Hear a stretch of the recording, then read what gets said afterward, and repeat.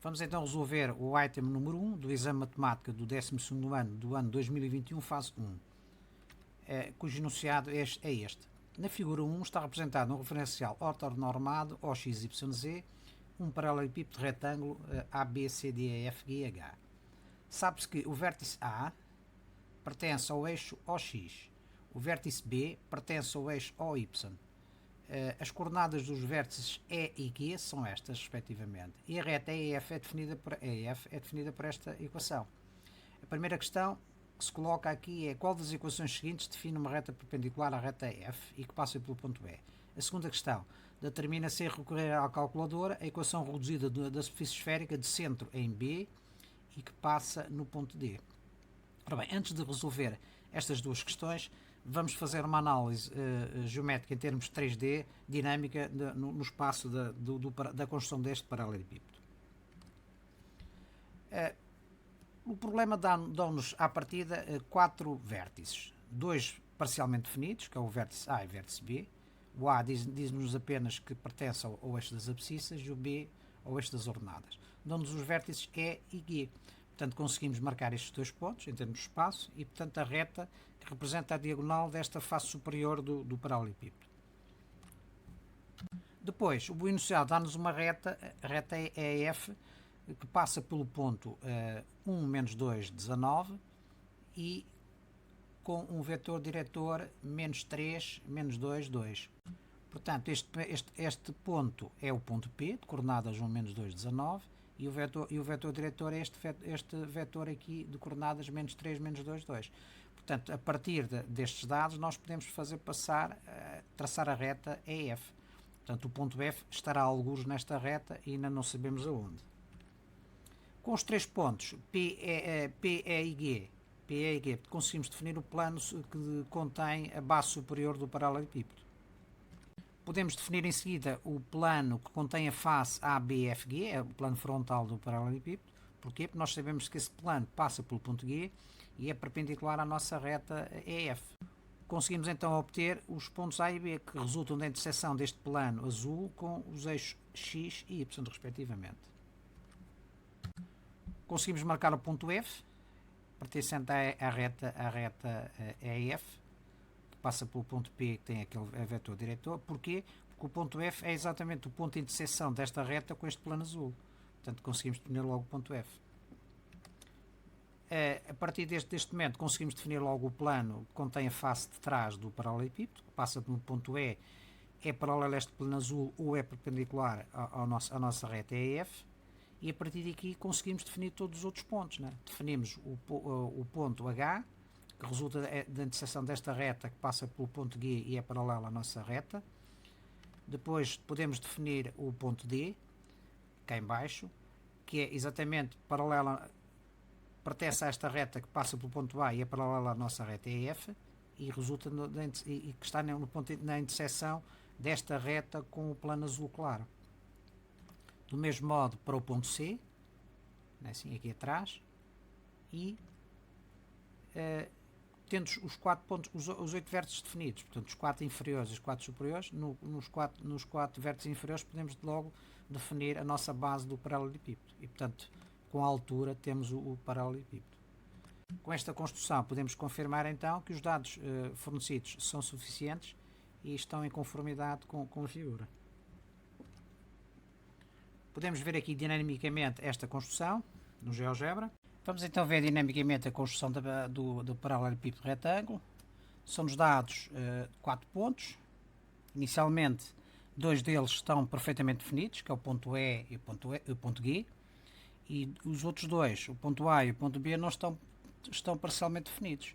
Isto é, o ponto A pertence ao eixo das abscissas e o ponto B pertence ao eixo das ordenadas, mas não sabemos qual é a abscissa e a ordenada respectivamente. O ponto E e o ponto F definem a reta EG, né, que vai ser diagonal de face da base superior do paralelepípedo, e para além disso é-nos dado o ponto P, de coordenadas 1, menos 2, 19, e o vetor U de coordenadas menos 3, menos 2, 2. Portanto, com este ponto e com aquele vetor, podemos traçar então a reta EF. O F é um ponto que ficará situado nesta reta.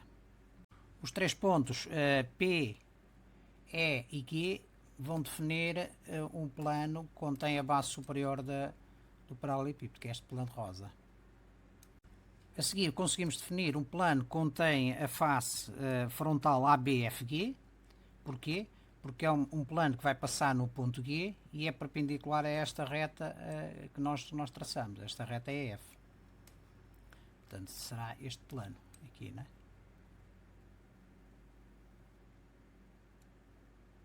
Com este plano vai ser possível definir então os pontos A e B. Portanto, a interseção deste plano azul com o eixo de X vai ser o ponto A, não é? E a interseção do plano azul com o eixo dos Y vai ser o ponto B. Cá temos o ponto A e o ponto B. Com os pontos A e B temos uma reta que vai conter a aresta AP, não é? Esta reta está aqui, e podemos do mesmo modo determinar a interseção deste plano azul que contém a face ABFG com a reta EF. A interseção da reta com o plano vai definir o ponto F, né? O nosso ponto F está aqui. Temos então o plano da frente, o azul, que contém a face ABFG, e então podemos traçar o plano que contém a face anterior, que contém o ponto E. Portanto, é um plano que passa pelo ponto E e é paralelo a este plano azul.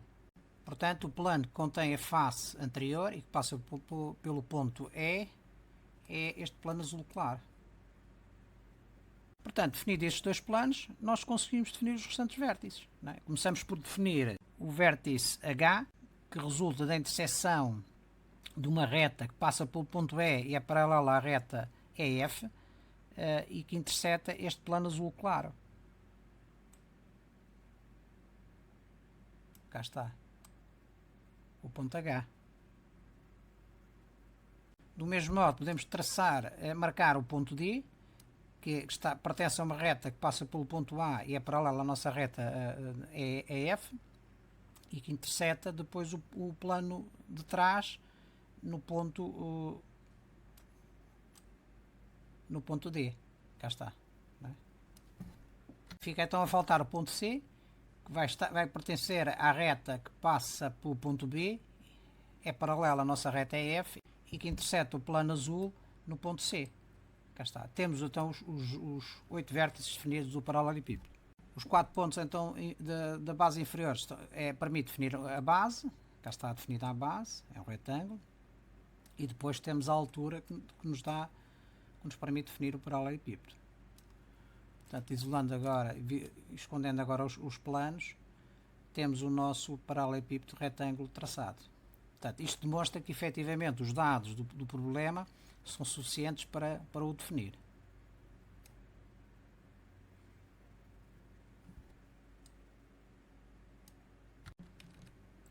Vamos então à primeira questão. Qual das equações seguintes define uma reta perpendicular à reta EF e que passa pelo ponto E? Antes de iniciar o problema, recordo aqui apenas que a equação vetorial de uma reta dá-nos duas informações. Portanto, que é deste tipo. Temos aqui 4 equações vetoriais. A reta passa por um determinado ponto, cá estão os pontos por onde as retas passam, e tem a direção destes vetores diretores. Portanto, são duas informações. A primeira, o ponto por onde ela passa. A segunda, a direção que é igual a um determinado vetor diretor que faz parte da equação. Portanto, pretendemos saber então qual das retas é perpendicular à reta EF e que passa pelo ponto E. Portanto, para que uma reta seja perpendicular à reta EF, o seu vetor diretor tem que ser perpendicular ao vetor diretor da reta EF. Ou seja, o vetor menos 3, menos 2, 2. Isto é, falando de outro modo, o produto escalar entre os dois vetores tem que ser zero. Para além disso, a segunda condição é se a reta passa pelo ponto E, então esse ponto tem que verificar a equação da reta. Vamos então verificar a primeira condição, isto é, vamos verificar das 4 retas que nos são dadas quais as cumprem este primeiro requisito e depois iremos confirmar o segundo. No primeiro caso, a primeira condição, o produto escalar dos dois vetores tem que ser igual a zero. Fazendo o produto escalar do vetor 2 menos 3, 0 por menos 3 menos 2, 2. Este é o vetor diretor da nossa reta EF, não é assim? E esta é das opções dadas. verificamos que no primeiro caso o produto escalar dá 0, portanto significa que esta reta é perpendicular à nossa reta. No segundo caso dá menos 12, significa que não é perpendicular. No terceiro caso dá 0, significa que é perpendicular. E na quarta opção também é diferente de 0, portanto não é perpendicular. Portanto, das 4 retas que nos são dadas, 2 delas são perpendiculares à reta EF. Agora falta confirmar a segunda condição. Qual é a segunda condição? É que a reta passa pelo ponto E. Então, para que uma reta passe num determinado ponto, significa que as coordenadas do ponto têm que verificar a equação. Vamos confirmar as duas situações. Portanto, a situação A. Temos as coordenadas do ponto E, qual é 7, 2, 15, tem que ser igual a 7 menos 3, 3, mais K, que multiplica 2 menos 3, 0. Transformando, desdobrando esta equação vetorial nas 3 equações paramétricas da reta, temos que 7 é igual a 7 mais 2K, 2 é igual a menos 3 mais menos 3K, e 15 é igual a 3 mais K0, ou seja, 0. Desta última equação, obtemos que 15 é igual a 3. Isto é impossível, não é? Nem vale a pena estar a perder tempo a calcular o valor de K. Porquê? Porque isto é impossível. Portanto, se é impossível, significa que o ponto E não pertence a esta reta definida pela equação A. Logo, esta é de excluir. Vamos para a segunda situação, que é a linha C, né? Portanto, temos aqui a linha C. Desdobrando esta equação vetorial nas 3 equações paramétricas, temos 7 é igual a 7 mais K0, que é 0. A segunda temos 2 é igual a menos 10 mais 3K. E a terceira 15 é igual a 3 mais 3K. Da primeira condição, nós tiramos que 7 é igual a 7. Portanto, isto é verdadeiro, é universal. Portanto, até aqui tudo certo. Agora temos que calcular o valor de K nestas duas equações. E ele tem que dar o mesmo. Resolvendo a primeira, nós obtemos K igual a 4. E resolvendo a segunda, nós obtemos o K igual a 4. Como os valores de K são iguais nas duas equações, então significa que o ponto E pertence, verifica as condições desta reta, as equações desta reta, logo pertence a esta reta. Então, como o valor de K é igual nas equações paramétricas, significa que o ponto E pertence à reta definida pela equação C. Ou seja, no caso da situação A, nós verificamos que os vetores diretores são perpendiculares. Isto é, o vetor diretor da reta EF é este preto, e o vetor diretor da reta dada por esta condição, por esta equação vetorial, é esta verde. Eles são perpendiculares, mas não passam no ponto E. Certo? Portanto, por isso é que foi excluída. Na situação B, verificamos que a equação passa pelo ponto E, mas os vetores diretores não são perpendiculares, portanto também é de excluir. A terceira condição é a nossa, os vetores diretores são perpendiculares e a reta passa pelo ponto E, portanto por isso é que ela cumpre os dois requisitos. E finalmente na situação D, a reta passa pelo ponto E, mas os vetores diretores não são perpendiculares, por isso é que foi excluída. Vamos ver então dinamicamente esta questão no GeoGebra, para melhor se compreender. Vamos então ver as 4 retas que nos são dadas. Nós partimos dos dados do enunciado, isto é, temos a nossa reta EF, que foi traçada tendo em conta que esta reta passava no ponto E e tinha como vetor diretor o vetor menos 3, menos 2, 2. E vamos então ver o primeiro caso, o caso da opção A, que é uma reta que passa pelo ponto 7, menos 3, 3. Cá está o ponto 7, menos 3, 3, é este ponto aqui. E que tem como vetor diretor o vetor 2, menos 3, 0, que é este vetor verde. Portanto, uma reta que passa por este ponto e tem a direção daquele vetor é esta reta tracejada. Como nós vemos, esta reta da opção A é perpendicular à reta EF. E é perpendicular porquê? Porque o respectivo vetor diretor, que é este vetor verde, é perpendicular ao vetor diretor da reta EF. Na opção 2, temos uma reta que passa pelo ponto de coordenadas 7, 2, portanto 7, 2, 15. Portanto, é efetivamente o ponto E, o nosso ponto E, mas que tem a direção do vetor 0, 3, menos 3, que é este vetor vermelho. Como nós vemos, estas retas não são perpendiculares e não são porquê? Porque o ângulo formado entre os dois vetores, isto é, entre o vetor da reta vermelha e a da nossa reta EF, é um ângulo de 133 graus. Portanto, não é um ângulo reto, logo não são perpendiculares entre si. Na opção 3, temos a reta que passa pelo ponto 7 menos 10, 3. Cá está o ponto 7 menos 10, 3. Está aqui. E tem a direção do vetor de coordenadas 033, que é este roxo aqui. Portanto, como nós podemos ver, os vetores diretores são perpendiculares. Portanto, estas duas retas são perpendiculares. Portanto, esta é a nossa solução. Porquê? Porque as retas são perpendiculares, os vetores diretores formam entre si um ângulo de 90 graus e ela contém o ponto E, que é um dado, um requisito do problema. Finalmente, na opção D, é uma reta que passa pelo ponto 7, 2, 15, isto é, pelo ponto E na mesma, mas com o vetor diretor de coordenadas 2, 0, menos 3. E como nós vemos, os vetores diretores formam um ângulo de 143 graus, 143,8 concretamente. Portanto, são duas retas que não são perpendiculares. Portanto, a nossa opção é a opção C, como já vimos. Né?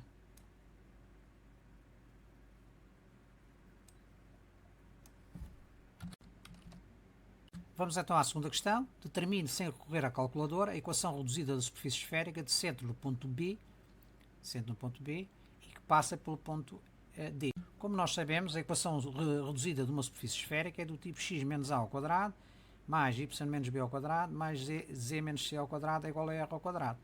Portanto, esta expressão vem exatamente da distância entre dois pontos, entre um ponto de coordenada genérico de pontos de coordenadas x, y, z e um ponto central, ou que é o eixo da esfera, da superfície esférica, de coordenadas a, b e c.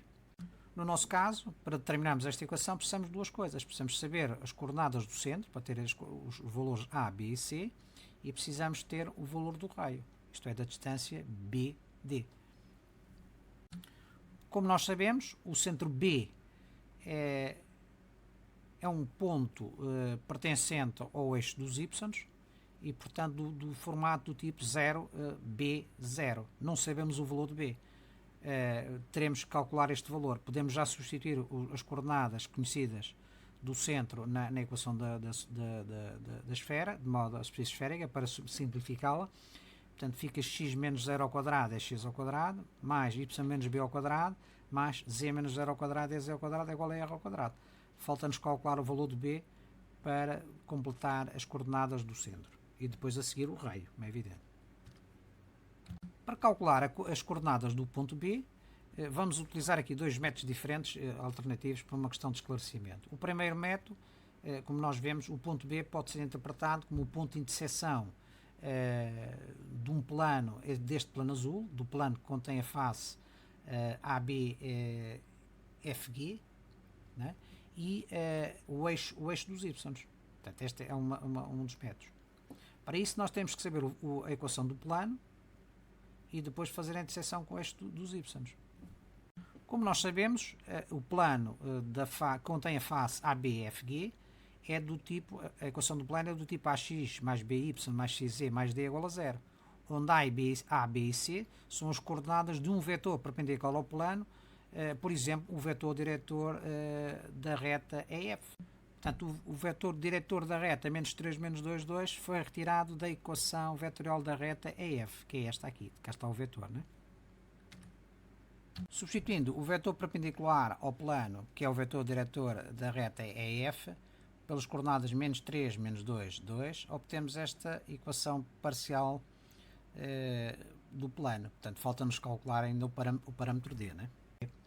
Para calcular o parâmetro D, basta conhecer um ponto do plano, por exemplo, neste caso o ponto G, de coordenadas 6, 10, 13, e substituir na equação o valor e substituir estas coordenadas na equação e calcular o valor D, é o que nós vamos fazer.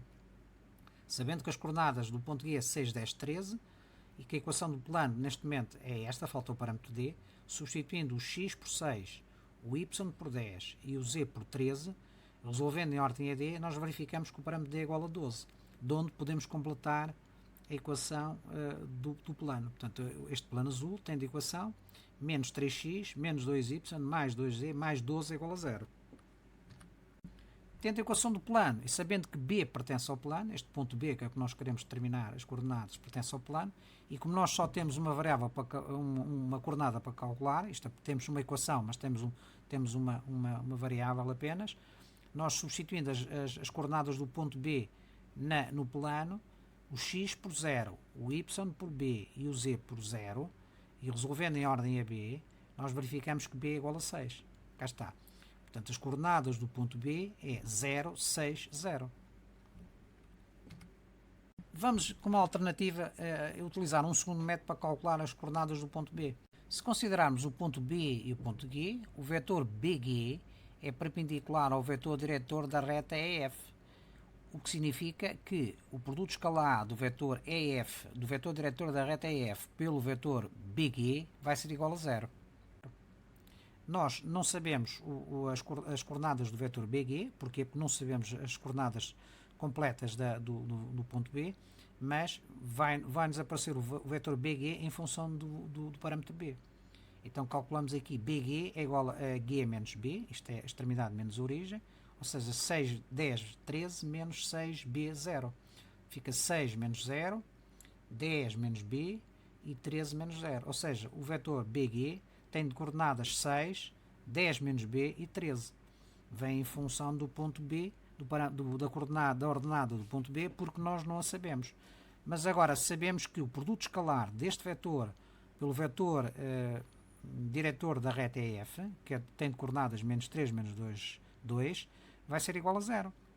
Se desenvolvermos este cálculo, vai-nos vir uma equação em função de B. Isto é, 2B é igual a menos 12, onde B é igual a 12 sobre 2, ou seja, B é igual a 6. O mesmo valor que nós determinamos na metodologia anterior. Pois bem, agora vamos à segunda fase do cálculo da equação da esfera. Para calcularmos a equação da esfera, temos que saber o seu raio. Nós não sabemos o raio. Vamos utilizar aqui também dois métodos alternativos. Fica aqui por uma questão de esclarecimento. No primeiro método, vamos calcular a distância, o raio como distância entre dois pontos. Vamos partir do pressuposto que ainda não sabemos as coordenadas do ponto B. Já sabemos na linha anterior, mas imaginemos que não sabemos. Nós sabemos que a distância GE é exatamente igual à distância BD. Portanto, o segmento BD é igual ao segmento, o comprimento do segmento BD é igual ao comprimento do segmento GE. Isto é, porque são as diagonais de bases opostas do paralelepípedo retângulo reto. Não é? Portanto, o que é que significa? Significa que, para nós calcularmos a distância entre estes dois pontos, podemos recorrer a esta fórmula. Isto é, a distância entre estes dois pontos é a soma dos quadrados das diferenças das respectivas coordenadas, do ponto G e do ponto E. Então fazemos 6 menos 7 ao quadrado, mais 10 menos 2 ao quadrado, mais 13 menos 15 ao quadrado. Tanto faz calcularmos a distância entre o ponto G e o ponto E, ou a distância entre o ponto E e o ponto G. Porquê? Porque num sentido pode dar positivo ou negativo, mas como cada um das parcelas está elevado ao quadrado, o valor que vem desta diferença é sempre positiva. Portanto, é indiferente fazermos G menos E ou E menos G.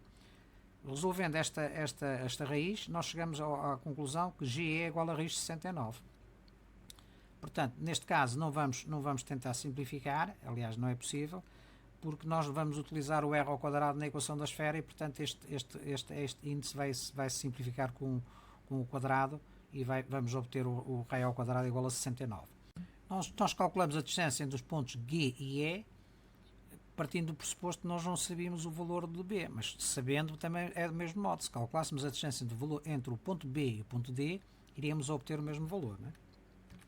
A segunda metodologia é não utilizar o cálculo da distância entre dois pontos, mas calcular a norma do vetor definido por esses dois pontos, origem e extremidade.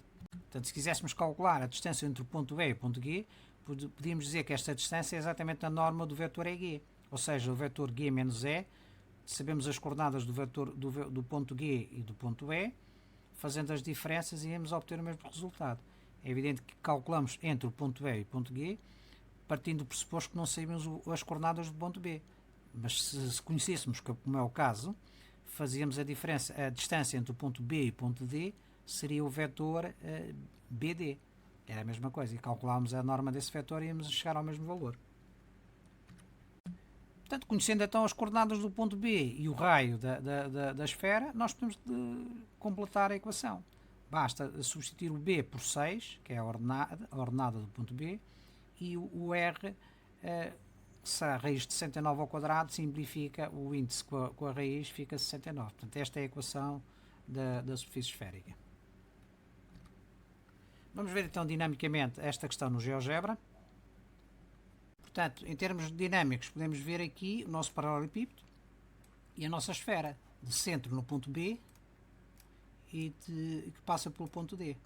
Isto é, tem um raio igual a raiz de 69. Se considerarmos um ponto genérico da esfera, nós verificamos que a distância desse ponto ao ponto B, que é o centro, é sempre 8,31, isto é, a raiz de 69. Concretamente, se o ponto genérico coincidir com o ponto D, nós temos o nosso segmento BD, que serviu para cálculo do raio, não é? Portanto, em comparação com o segmento EG, que está na face superior, portanto, dado que sabemos as coordenadas.